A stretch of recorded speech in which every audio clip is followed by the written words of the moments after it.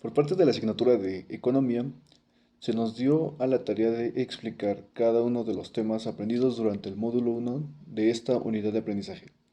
Mi nombre es Diego Armando Moreno Peralta, del grupo 1E de la Facultad de Turismo, Economía. Este concepto yo lo conseguí, más bien lo obtuve, de la autora Anna Grove en su libro Los Fundamentos de la Economía. Este concepto nos dice que es una ciencia social que estudia el comportamiento del ser humano o del hombre entre bienes alternativos en un concepto de escasez de recursos. Esto que nos dice esta autora es de suma importancia, ya que en todos los conceptos que yo he leído y de los que me comentaron mis compañeros, se hace mucho énfasis y se menciona demasiado que esto se trata de alguna escasez de recursos y de la satisfacción de necesidades. Como mencioné anteriormente, esto se trata de una satisfacción de necesidades. Dentro de esto se analiza la interacción entre tres intermediarios, los cuales son el gobierno, los consumidores y las empresas. Estos tres tienen una función en específica. Por ejemplo, el gobierno tiene en cuestiones políticas el consumidor para satisfacer sus propias necesidades y las empresas en cuestiones de producción. Debemos conocer acerca del economista Adam Smith, quien es considerado el padre de la economía moderna por su obra publicada en 1776, de la cual hablaremos un poco más adelante. En este primer tema conocemos acerca de la pirámide de Maslow, que es esta que está por acá. Esta pirámide tiene 5 niveles, en los cuales en el primero se encuentran las necesidades fisiológicas como los alimentos, en el segundo las necesidades de seguridad como lo vendrían siendo un empleo o un hogar, en el tercero las necesidades sociales, en el cuarto la necesidad de alguna autoestima y en el último nivel y hasta arriba de la pirámide la autorrealización. Aprendimos acerca de la microeconomía y de la macroeconomía. Estas dos vienen de una forma muy simplificada, ya que mucho más adelante aprenderemos más según el temario programado para esta unidad de aprendizaje. La economía fue fundada por Adam Smith, que es este señor que está por acá. En esta microeconomía se enfoca más en los gastos de organismos individuales, como ingresos básicos, en bienes y servicios de alguna persona u organismo individual, como lo vendrían siendo nosotros mismos o alguna empresa. La macroeconomía fue fundada por John Maynard Keynes. Esta abarca gastos mucho más grandes como pueden ser las exportaciones o importaciones en algún país o el control que tienen los bancos sobre cada estado. Dentro de este segundo tema, conocemos acerca de las economías positivas y normativas. Antes de hablar de las economías normativas y positivas, tenemos que conocer a la inflación. La inflación es aquella que puede alterar gravemente el funcionamiento y desarrollo de alguna economía.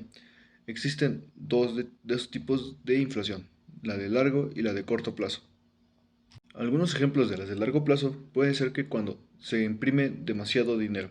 Cuando ocurre esto, se imprimen más billetes de lo que se pueden gastar las personas, haciendo que éstas pierdan su valor y que la moneda se devalúe poco a poco, haciendo que los precios de los productos y de la canasta básica aumente. La inflación a corto plazo podría ser la tasa de interés, que es el valor agregado que el banco tiene como herramienta para controlar el crecimiento del dinero y por lo tanto la inflación. De las economías positivas y normativas. Las positivas se basan en hechos, es decir, en objetivos o en científicos basados en el funcionamiento de la economía y se pueden realizar mediante pruebas. Y las normativas que se realizan en base a estereotipos de valor individual.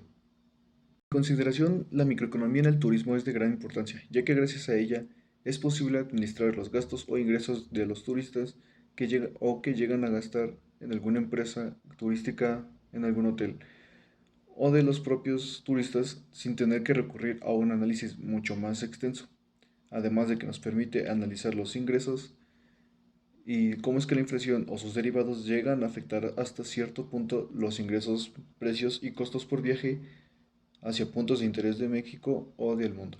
Conocimos acerca de la frontera de las posibilidades de producción, el cual tiene como objetivo mostrar muchas de las maneras de producción en las cuales una economía está en posibilidades de producir algo. También sobre el costo de oportunidad, que es básicamente el sacrificio que se hace por una opción de mayor valor o costo. Y por último, también sobre las interrogantes que se plantean algunas de las empresas o tours sobre los problemas económicos a los que se tienen que afrontar, las cuales son el qué, el cómo, el cuándo, el dónde para quién y con quién.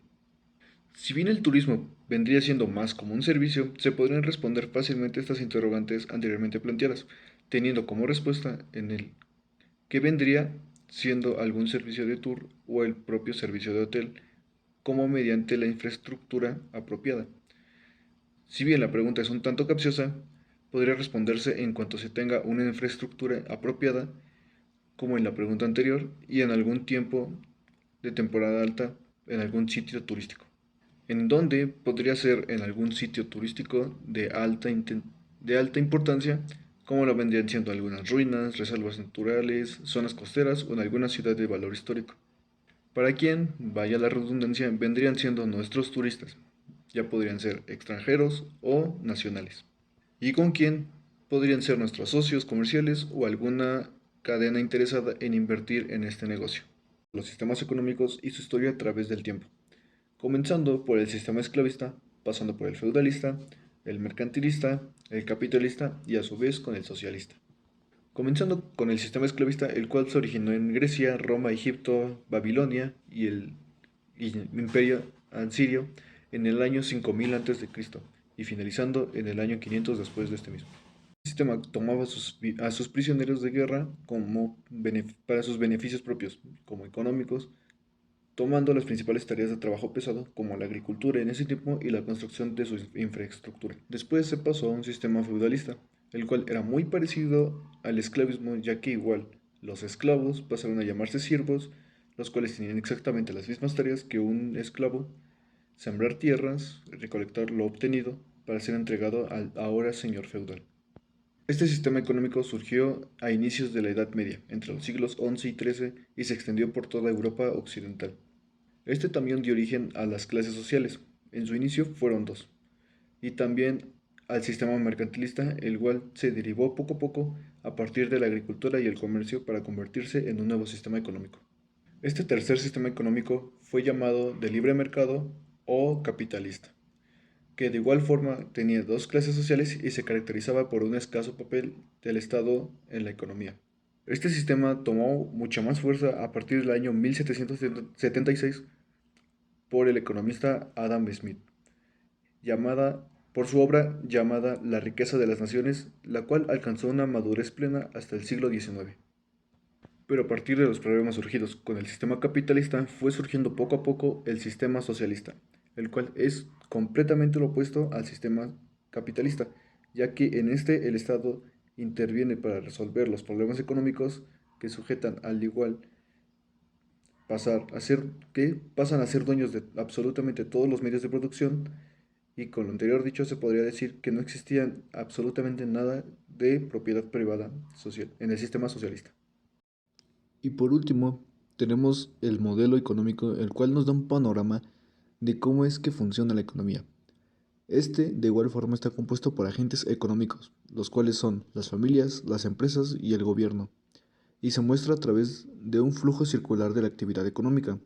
En este se muestra la relación entre las familias, el gobierno y las empresas, al igual que los dos tipos de mercado: el mercado de bienes y servicios y el mercado de factores de producción. De igual forma se simplifica de cómo es que una economía debe funcionar, manteniendo así un equilibrio entre un ingreso y un gasto, ya que si hay un ingreso mayor que un gasto, surgirá un superávit económico, y por lo contrario, si hay un ingreso menor que un gasto, habrá un déficit fiscal, y este puede llevar al endeudamiento y faltantes de recursos. Este fue un repaso bastante resumido de lo que vimos en el módulo 1 de esta unidad de aprendizaje, pero nos ayudó bastante para conocer los procesos y los conceptos básicos de la economía y de cómo es que ésta nos ayuda a conocer de mejor manera cómo es que ésta se lleva de la mano con el sector turístico y con la economía de nuestro país generalmente. De mi parte sería todo y muchas gracias.